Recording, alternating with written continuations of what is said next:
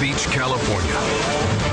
After a high-speed crash on a freeway, firefighters arrive to find a compact car crumpled around a utility pole. Paramedic Jay Schaefer fears the worst. Looking at the scene, approaching the car, I was pretty well convinced that this was not a survivable accident. That's when I heard Dawn yelling. Incredibly, the young woman, Dawn Thompson, is still alive, but badly pinned. Crewmen scrambled to remove the roof of the vehicle. But even these hardened veterans are shocked by what they find. There was a lot of blood, but we weren't sure where the blood was coming from. She's hanging upside down, in a lot of pain, and trapped, and not being able to move her lower extremities.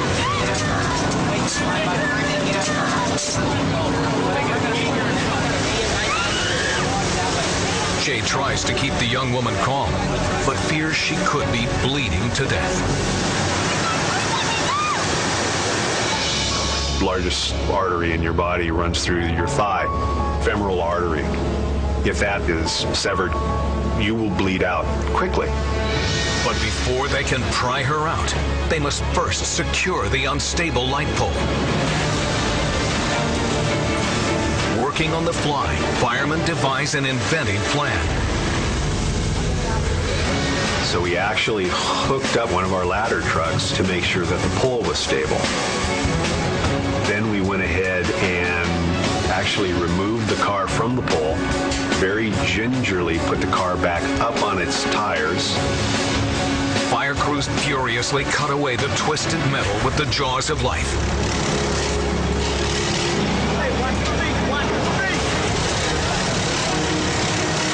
Jay remains by Dawn's side throughout the agonizing ordeal, comforting her as best he can.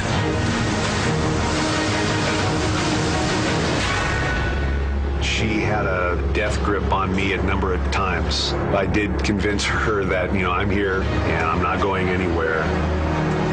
Finally, after 2 agonizing hours, the young woman is freed from the grisly wreckage and rushed to a waiting ambulance. Amazingly, both her legs and her life are saved. The next day, got off of work and went by the hospital to see how she was doing. Went into the room and was met by her mother and father. The overwhelming sense of gratitude that they felt was amazing.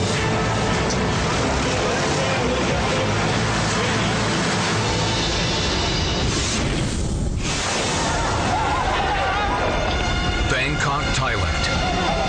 Fire rages through a high-rise office tower.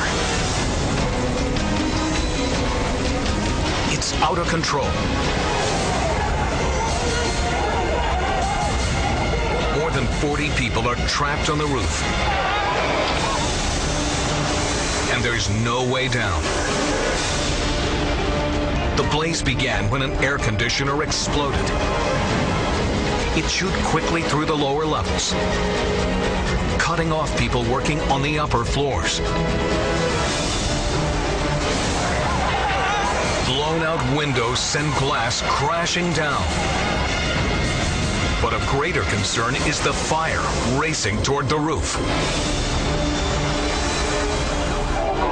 It could reach those trapped in less than an hour. Fire crews set up a staging ground on an adjacent building. But no amount of water pressure or extension ladders can stop the flames from climbing higher.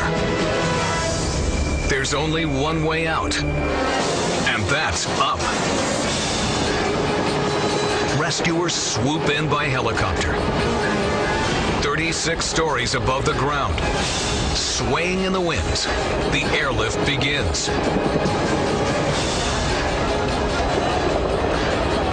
Panicked office workers grab hold of the lifeline. Suspended more than 500 feet in the air. Some are quickly dropped on a nearby rooftop, while the chopper races back for more people. Meanwhile, the flames continued their deadly ascent toward the top. But in the end, every last person on the roof is carried off to safety. The skyscraper is left in ruins, burned to its shell. The fire is one of the worst in the nation's history, turning a brand new building into a towering inferno.